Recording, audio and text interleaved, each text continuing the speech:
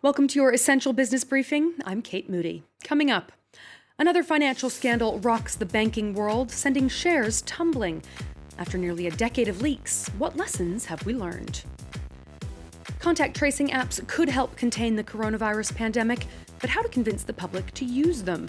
We speak to the developer of Ireland's breakout system about its success. And Chinese car makers are betting on Europe as the next frontier for electric vehicles. Stock markets across the globe tumbled, with some banking shares hitting their lowest level in decades after a new trove of leaked documents alleged widespread cover-ups by some of the world's biggest lenders. The so-called FinCen files, published by BuzzFeed and the International Consortium of Investigative Journalists, contain suspicious activity reports filed with U.S. regulators dating back to 1999.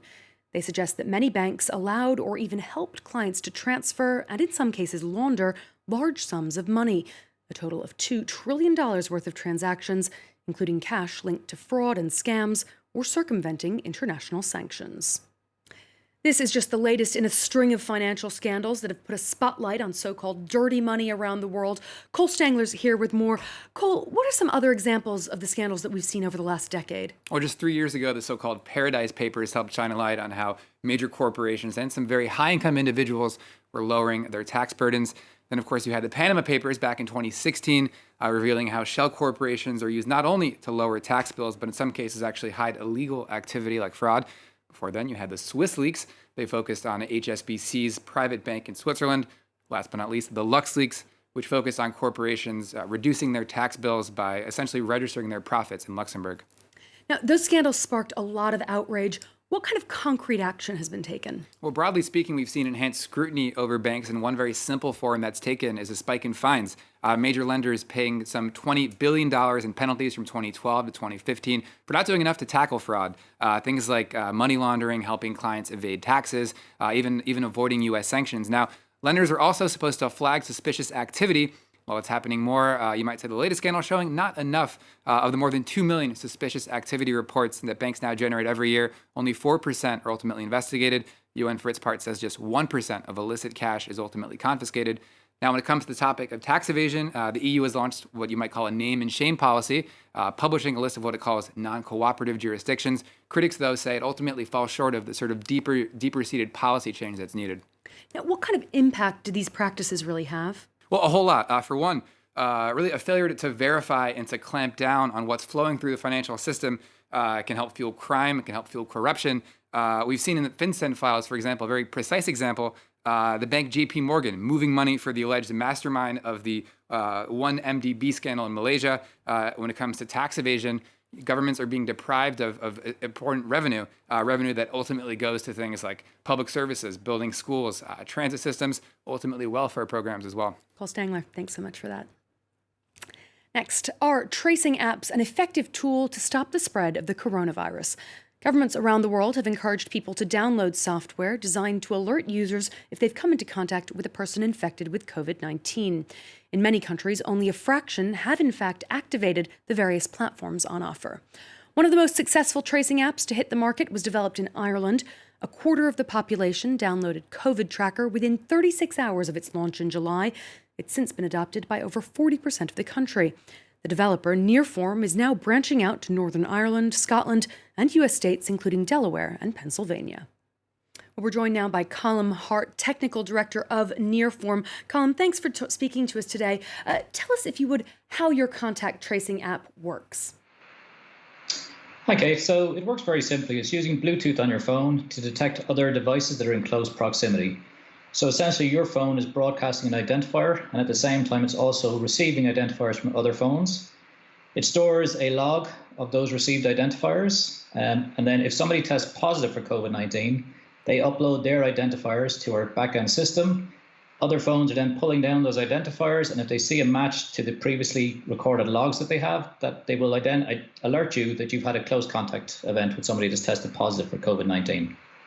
Now, downloading apps on your phone make a lot of people worried, or potential users worried about protecting their personal data. How does your technology ensure their anonymity? So there's a few key things. As part of the onboarding process, we don't ask you for any personally identifiable information, so you don't have to log in, you don't have to give us your email, your phone numbers, etc.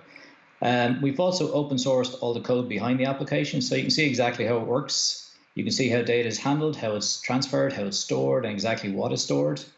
So there's been a lot of work on that front to ensure that people can have full visibility into the overall operation of the system so they can have confidence that it is actually protecting their privacy. What happens to the information that is put into the app? Is it stored somewhere or is it shared with health authorities? So the information that's recorded over Bluetooth is only held on your own phone. It's not shared with the health authorities. The only information that gets sent to the backend system is when you actually are positive for COVID-19 and you're asked to upload your keys. So these random identifiers are then sent to the backend server. Now, again, these identifiers, they don't identify you in any way. They are anonymous identifiers. So they can be used by other phones to detect if you've been in contact with someone who's tested positive, but they're not of any value outside of that. Why do you think your platform in Ireland has proved more successful than similar apps in other countries? Here in France, for example, only around 20% of the population has downloaded the Stop COVID app, compared to upwards of 40% in Ireland. Yeah, I think the things we really focused on as part of the app design was making sure it was very simple, that the app itself was engaging for users. There's a lot of effort went into the design side of the application. And I think there was a good marketing push from the Irish authorities around encouraging people to download the app. And I think as a resident in Ireland, there's not a lot I can personally do to impact COVID-19, but downloading the app and having it running on my phone is something very simple I can do as an individual and help with the overall effort. Is there a target for what percentage of a population needs to activate this technology in order for it to be effective?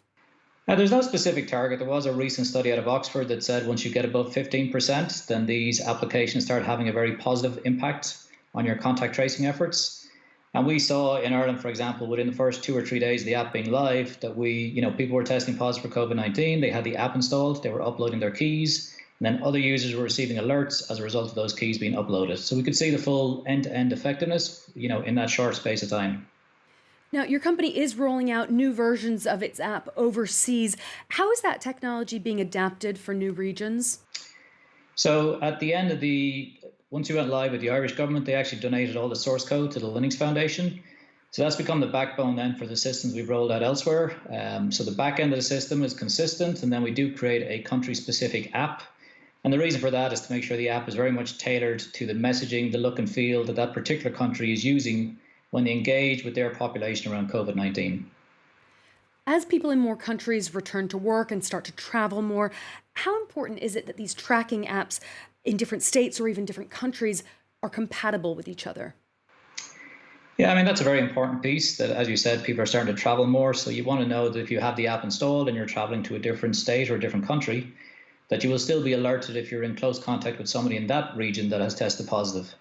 So our platform is utilizing the Google and Apple exposure notification service, which is a service they launched back in April.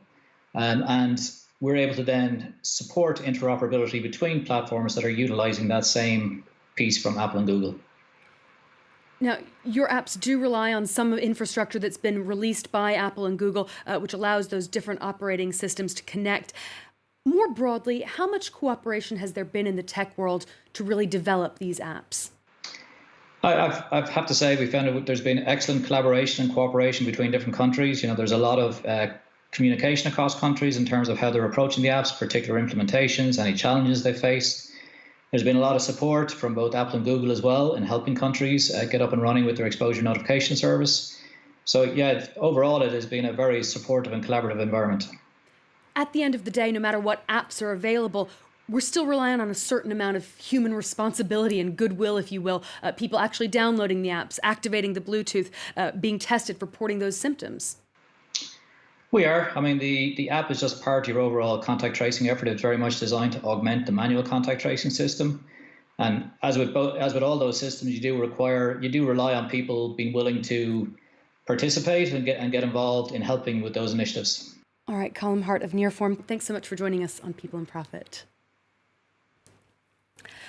Next, car buyers may have slammed on the brakes during the coronavirus pandemic, but manufacturers are still racing to conquer the electric market.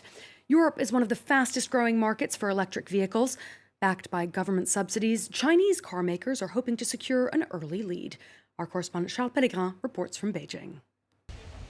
Chinese automaker BYD may have started off as a simple battery producer, but that expertise has allowed them to design the batteries they put in their vehicles. Now the Chinese giant has set its sights on Europe, using Norway as an entry market. But European consumers still associate the Made in China label with poor quality. For BYD's Europe director, these concerns will easily be put to rest. Just for example, people have no problem using an Apple product, a phone, a tablet, or computer. How many of those products are actually manufactured in China, for example? And I'm sure they will find those quality to be acceptable. Why not a Chinese car? BYD is just one of several Chinese electric automakers launching in Europe this year. Unsurprising considering China is now home to the largest electric vehicles market in the world. That's partially thanks to support from the government, but it could now be time to wean manufacturers off state support. A policy support market will not be a kind of a successful or sustained market, right? And even in China, people realize that now the market will be actually migrating from a policy-driven market to a customer-driven market. And this is what we are seeing at the moment. As they enter the European market, Chinese manufacturers will also have to navigate a difficult political climate. If relations between China and the EU continue to sour, Chinese businesses could see their market access hindered, leaving them idling at the starting line. That's all for this week, but don't forget you can get in touch on social media or rewatch this week's show on France24.com. Until next time, thanks for watching.